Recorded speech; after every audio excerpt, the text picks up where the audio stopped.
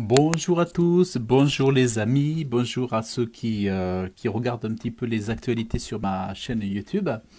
Alors je voulais vous faire une petite vidéo comme ça, que je n'ai rien réfléchi, mais en fait je voulais vous parler à propos de l'élection de Donald Trump et un petit peu avec ce qui se passe dans l'actualité. Alors, pour que les choses soient claires, en fait, bon, moi je vais vous dire, quand j'ai appris que Joe Biden était élu, soi-disant, hein, parce qu'il faut savoir que normalement, Trump est encore là jusqu'à la mi-janvier. Mais en fait, quand j'ai vu que les médias annonçaient que Joe Biden était élu président des USA, j'ai halluciné. J'ai halluciné, j'ai été même horrifié. Pour vous dire que je n'étais pas ou pro Biden ou anti-Trump. C'est juste que j'ai été horrifié de savoir que Biden, qui est un pédophile notoire, qui a des casseroles de partout qui tintamarrent, c'est un affreux Jojo, un affreux gars qui déjà était dans le gouvernement de Barack Obama. Donc Joe Biden, c'est une catastrophe pour les États-Unis. Moi, ce qui m'a choqué, euh, c'est que un tel scandale de trafic d'élections puisse arriver dans le pays qui est la plus grande puissance mondiale, qu'on puisse trafiquer les élections à ce point. Et d'ailleurs, on a entendu une déclaration de Joe Biden qui disait qu'avec Obama, ils avaient réussi à mettre en place un système de trucage des élections, élections par correspondance et tout ça. Un système de trucage pas possible, si bien que, en fait, il le disait, quoi. Biden qui le disait, on l'a vu une vidéo passée. Et donc, c'est la perversion à son comble. Et ce que je voulais vous dire en vous partageant, c'est que à préférer quelqu'un à la tête des États-Unis, ben, moi j'aurais préféré Trump, évidemment. J'aurais préféré Trump parce que, comme on dit, Trump aurait été le moins pire. Et de large, enfin largement, je veux dire. Mais après, ce que je voulais dire, c'est que sur la finalité, le fin du fin, on allait quand même se faire avoir.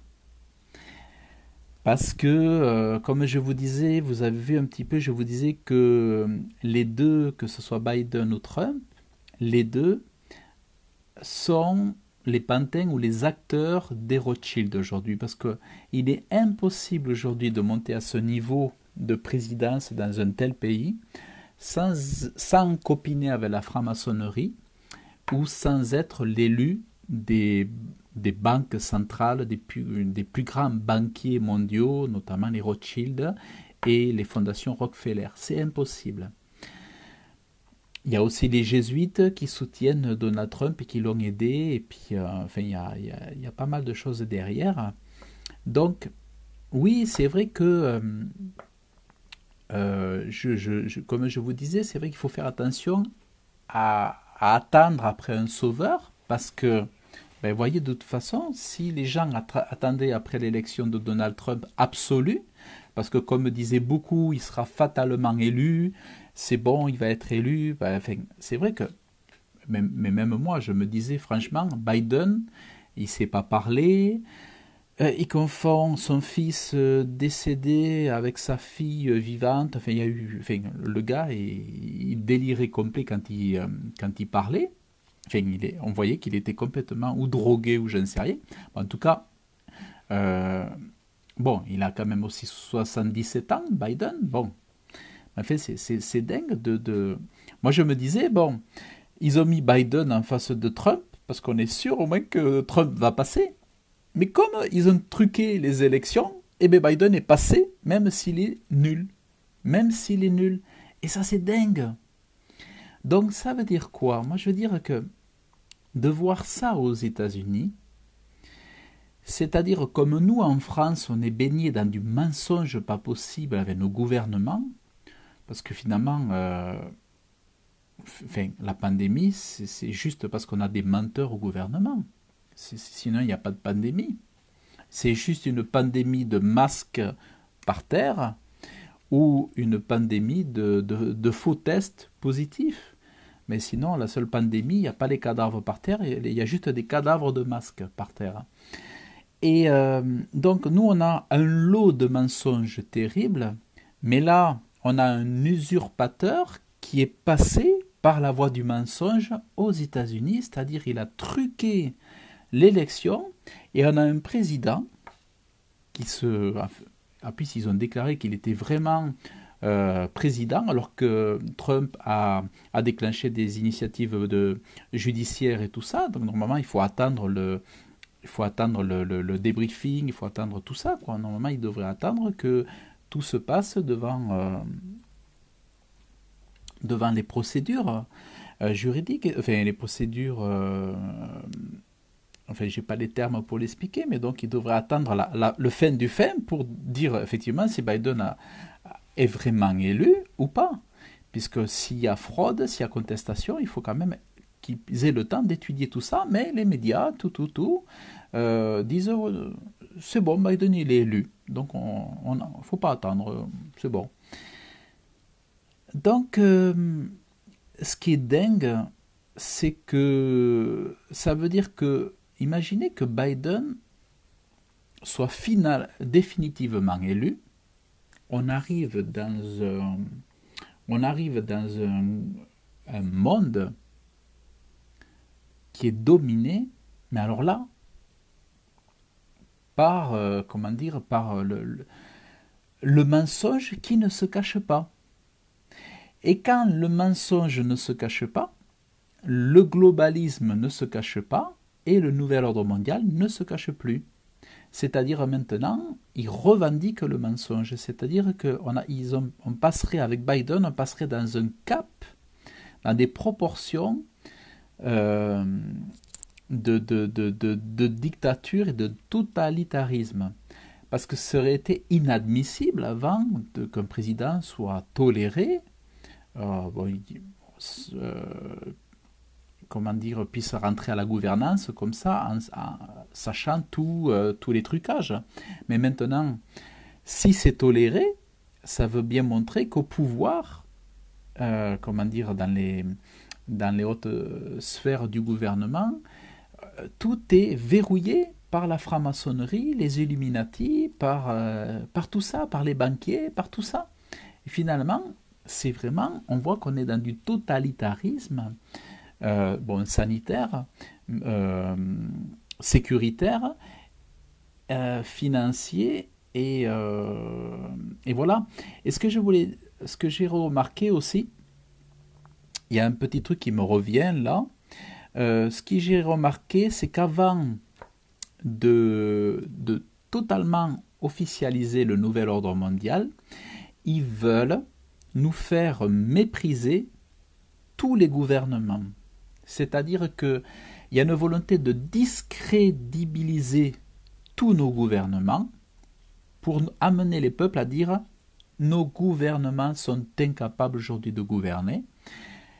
Donc, et afin que le peuple finisse par demander non plus un gouvernement national, une gouvernance nationale, mais pour amener les peuples à demander une gouvernance internationale, donc un chef suprême pour leur nouvel ordre mondial. Donc il y a une volonté de créer des gouvernants incompétents, de l'ingérence, pour amener les gens à dire démission gouvernement, on veut des gens capables, et que le peuple finisse par dire oui, oui au nouvel ordre mondial, oui à une gouvernance mondiale. Et c'est ça que je vois moi se dessiner. Et mais ce que je voulais vraiment vous dire, c'est que j'aurais préféré que Trump passe. Ça, c'est évident. J'aurais préféré que Trump passe parce qu'au moins il a le mérite d'être sympathique. Et puis, même s'il ne fait pas toujours ce qu'il dit, ben, au moins déjà le fait de l'entendre, il y avait quand même un côté positif de la chose, c'est qu'il disait les choses, et il nous laissait au moins un peu d'espérance, un peu de positivisme.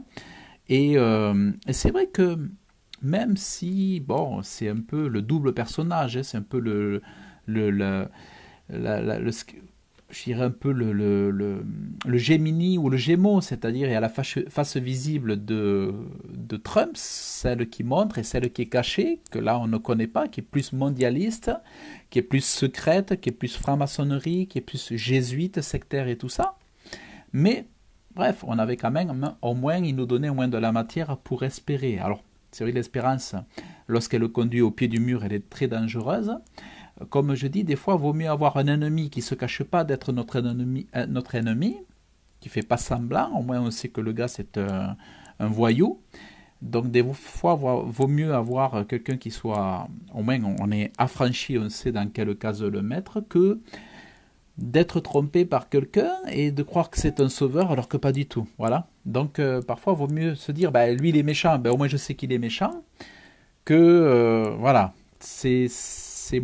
Voilà, moi, de mon côté, je préfère être affranchi clairement sur la personne pour moi pouvoir me défendre et savoir quelle tactique ou vers quoi me tourner, quoi, vers quoi ou vers qui me tourner, vers quelle solution me tourner. Donc avec Trump, c'était ça la difficulté, c'est qu'on ne savait pas si c'était du lard ou du cochon, parce qu'il disait une chose et le lendemain son contraire, il était contre les vaccins et après il voulait vacciner tout le monde.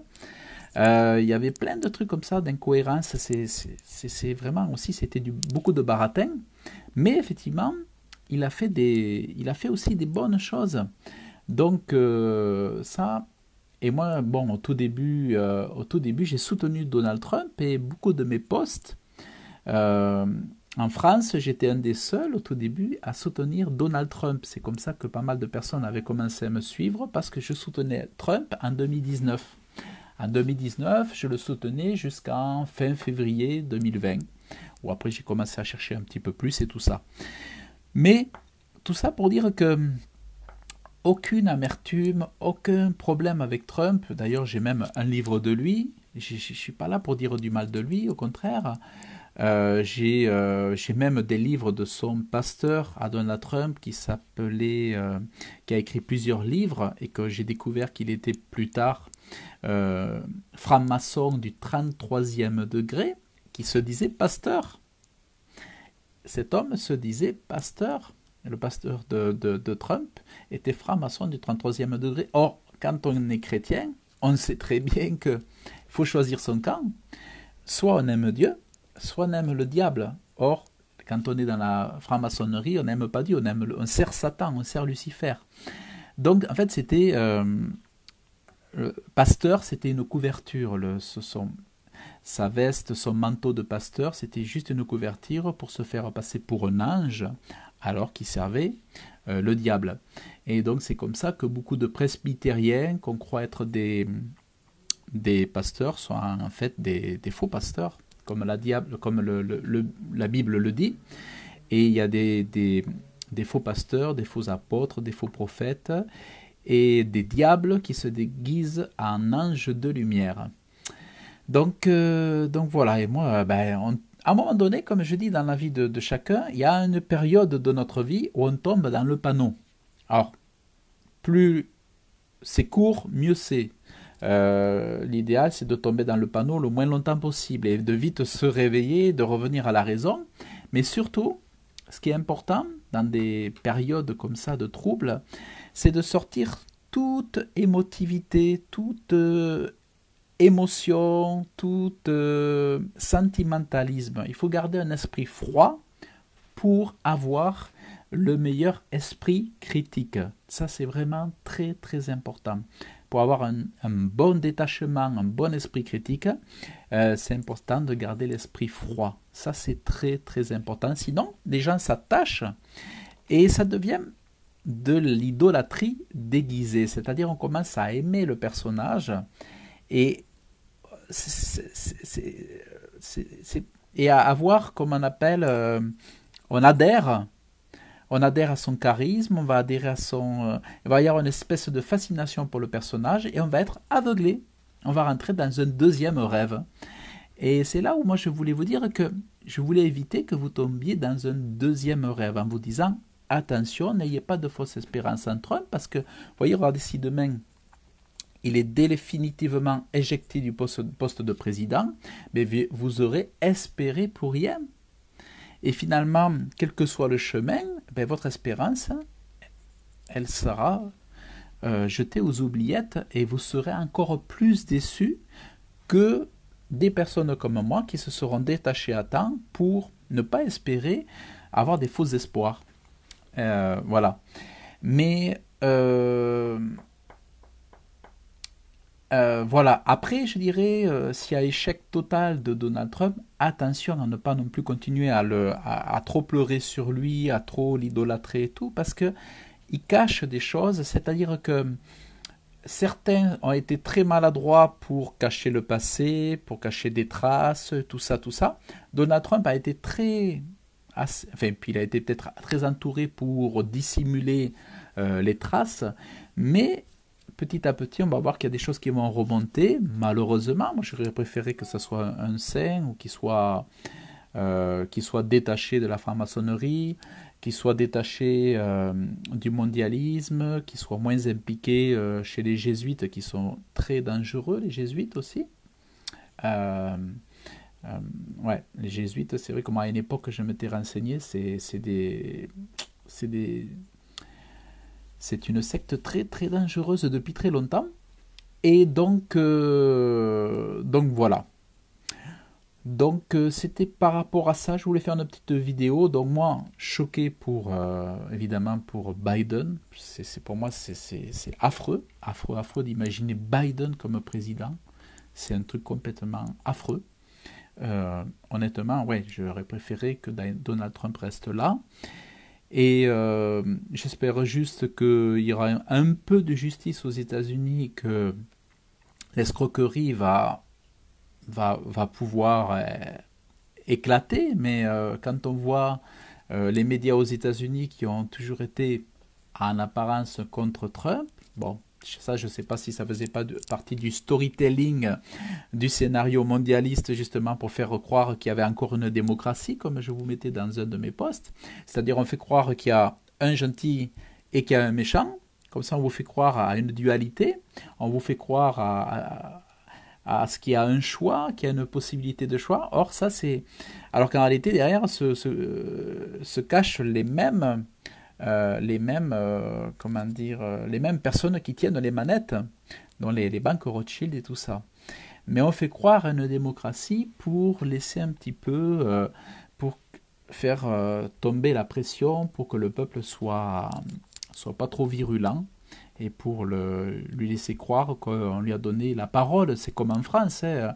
On nous met du Le Pen avec du Macron, on nous laisse croire qu'on a le choix, mais on n'a jamais le choix, c'est faux. Donc voilà. Donc, écoutez, j'espère en tout cas que vous allez bien. Et bon, moi je dis déjà, c'est soi-même de sortir de la duperie. Ce qui est très important, c'est de sortir de la duperie, de l'illusion. Parce que je disais, j'avais un terme qui me revenait souvent. Pour moi, j'avais cru comprendre que Trump était le joker. La carte secrète, la carte bien préparée pour faire avancer les projets du mondialisme. Donald Trump est quelqu'un qui est très, très intelligent, c'est un homme d'affaires, c'est un homme de terrain, un bosseur et tout, et qui a réussi à faire aussi dans les coulisses des choses que d'autres n'avaient pas pu faire pour faire avancer les plans du mondialisme. Notamment, il a réussi à mettre en place la technologie 5G, à l'implanter, à signer les lois pour mettre en place la technologie 5G qui servira à fond à la mise en place de la surveillance, de l'identification, des passeports numériques et tout ça. Donc, Et ça, sans que personne n'en parle. C'est ça, c'est là où donc il s'est fait passer pour un sauveur, mais pourtant il a réussi à faire des choses que d'autres présidents n'avaient pas réussi à faire parce que les gens sortaient dans la rue, les gens protestaient contre la 5G, mais lui il en a profité pendant que les Américains étaient confinés, mais il a réussi à faire passer ça et les gens n'ont rien pu dire. Et au bénéfice de qui? Pas de nous, au bénéfice des mondialistes. Et on parle des choses qu'a fait Donald Trump, mais on ne regarde pas les choses qui vont dans le sens du mondialisme. Il y a plein de choses comme ça qu'on ne voit pas. Donc voilà. En tout cas, moi je dirais nos sauveurs, c'est déjà soi-même déjà sortir de l'illusion, sortir de l'hypnotisme, sortir de la sidération, c'est déjà hyper important. C'est vraiment de pas sortir de la télé. C'est-à-dire si vous jetez votre télé mais que vous retombez dans un mensonge, un bobard, franchement ça craint. Donc l'idée c'est de casser votre télé, vous donnez un coup de massue sur la télé, vous l'éteignez, puis vous allez voir, il n'y aura plus de Covid. Et après, vous respirez, vous continuez à aimer, vous continuez à sourire, et puis vous portez le masque le moins possible. Moi, ce matin, je suis sorti sans le masque, j'ai pris ma voiture, je suis allé à la gare sans le masque, je suis rentré. Puis à un moment donné, quand je suis rentré dans le hall de mon immeuble, il y a un de mes voisins qui d'habitude sourit, me serre la main, me souhaite une bonne journée, on parle un petit peu. Là, alors, il arrivait, il était dans la rue, moi je lui ai tenu la porte pour le laisser passer, pour éviter qu'il cherche la clé et tout. Donc je l'ai attendu quelques secondes. Il s'est approché, moi je tenais la porte, et il avait le masque, moi pas. Et il s'avance, il s'approche et il s'écarte de moi. Il s'écarte de moi, il se tient à distance comme si j'étais comme si on avait tous la peste, quoi, en gros. Donc il s'écarte de moi, il me regarde, il me dit, mais vous avez pas de masque, vous? Alors du coup, je voyais pas son regard, parce qu'il était comme ça, là. Vous avez pas de masque, vous? Ben j'ai dit non, pas maintenant. Et non, non, pas maintenant, enfin, voilà, bon. Et il est parti. Même pas bonne journée, rien, pop, pop, pop. Il est parti, et puis voilà. Donc, il s'est écarté, pas de main, pas salutation, pas le sourire, et il est parti, pas la bonne journée non plus. Donc, voyez la société qui est en train d'engendrer la pseudo-pandémie de tests positifs et de la pseudo-pandémie de cadavres de masques. Donc, vous voyez la société qui est en train de façonner ce gouvernement. Et voilà quoi. Donc tout ça, c'est complètement bobard. Et en plus, ce qui est dingue, c'est que des gens qu'on dit des cas positifs de Covid, quand on les regarde, il y a même Ronaldo, quand il a été testé, je crois, le footballeur Ronaldo, il a été testé 7 ou 9 fois positif au test. Et on le voit dans sa salle de sport, en train de faire la gym, en pleine forme, et pourtant on dit qu'il est positif. Et ça fait 7 ou 9 fois qu'il est testé positif et qu'il est bloqué, il ne peut même pas faire le foot, pratiquer son sport, sauf en salle de sport. Et on voit plein de gens comme ça qui sont testés des cas positifs, qui sont en très très bonne santé. Donc c'est complètement l'arnaque, et c'est complètement l'hold-up de notre économie. Et c'est là où je vous invite à regarder le film sur ma chaîne Odyssée. Donc vous avez le lien sur ma page Facebook. Vous entrez dans ma page Facebook là. Vous allez voir, je vous ai mis le lien pour aller voir le film sur ma chaîne Odyssée. C'est un film, un documentaire. Ça vaut quand même le détour, franchement, de regarder ça. Parce qu'au moins, si en votre conscience vous savez que tout ça c'est mensonge, ça va vous faire du bien.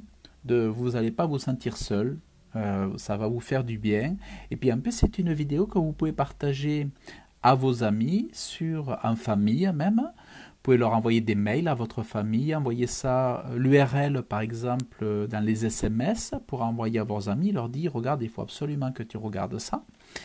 Et je dirais que ce qu'on peut faire pour se sauver entre nous déjà, à notre niveau, à notre hauteur, c'est déjà de faire en sorte que le maximum de gens, dans la douceur, la sympathie, la gentillesse, puissent s'éveiller et au moins déjà aider les gens à sortir de l'hypnotisme, à sortir de la peur, de la terreur.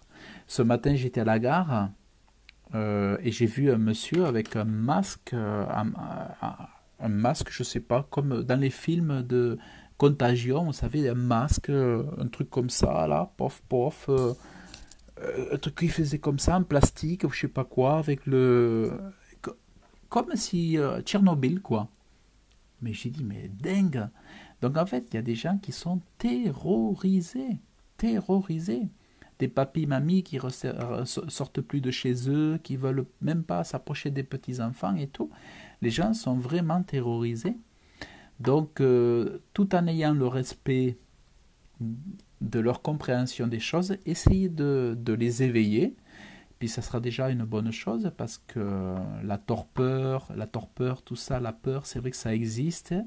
Et c'est triste parce que tout le monde n'est pas comme... on est tous différents. Hein. Donc c'est vrai que c'est important de partager, puis de partager les informations qu'on a. Et surtout, ce que je voulais vous dire aussi, c'est que si vous devez porter le masque le moins possible, quand vous le portez, évitez le plus possible le masque bleu, et autant que possible, ne le mettez jamais. Le masque bleu contient 2 matières cancérigènes. Je vous avais fait une petite vidéo sur ma page Facebook. Le proélé... attendez. Il y a 2 matières cancérigènes dans les masques bleus. Masque bleu... Ah oui, je vous avais fait... De toute façon, je vous avais fait là... Attendez. Je vais aller sur mon Facebook. Et je vais essayer de retrouver le terme. Comment j'avais mis. Hop. Donc ça, c'est vrai. Donc plus vous allez pouvoir les éviter, ces masques bleus, parce que là, ils sont en train de nous faire une pandémie de futures personnes qui attraperont aussi le cancer avec ces choses-là. Et sans parler des problèmes dermatologiques, parce que ces masques-là, ça crée plein de champignons, de mycoses, de problèmes ici sur la peau. Et après, ça peut rentrer dans les dents, ça peut infecter les dents, ça peut créer plein de problèmes, ces masques. C'est une folie. C'est une folie. Alors, je lirai vos messages après, vos commentaires, comme ça je ne perds pas le fil. La vidéo que je vous avais fait pour vous parler des produits cancérigènes, c'est le formaldéhyde. J'avais fait une vidéo le 5 novembre où je l'appelle le masque est cancérigène. Et je vous explique qu'il y a du formaldéhyde, qui est une substance cancérigène. Ça, c'est vraiment très très important de le regarder. Donc voilà. Donc, écoutez, je vous dis à très bientôt. C'était pour mettre un petit peu au clair par rapport à Trump et tout ça, pour vous montrer que je suis pas pour... voilà, je suis pas pour être... un perturbateur, un élément perturbateur, ou pour jouer les sauvages, ou pour être toujours m'opposer à tout, ou voir le mal partout, c'est pas la question, mais je voulais juste un petit peu aider les gens à comprendre pourquoi je comprends que c'est une pandémie, un mensonge vis-à-vis de la dictature sanitaire et sécuritaire, mais aussi vous expliquer ma position vis-à-vis de Trump. Voilà, c'est pour être cohérent sur tout, quoi, surtout, parce que c'est vrai que on peut facilement avoir les yeux clairs sur quelque chose et retomber dans dans un autre rêve. Voilà, donc écoutez, je vous dis à très bientôt et je vous souhaite une bonne soirée. Et puis, comme on dit chez nous, que Dieu vous bénisse.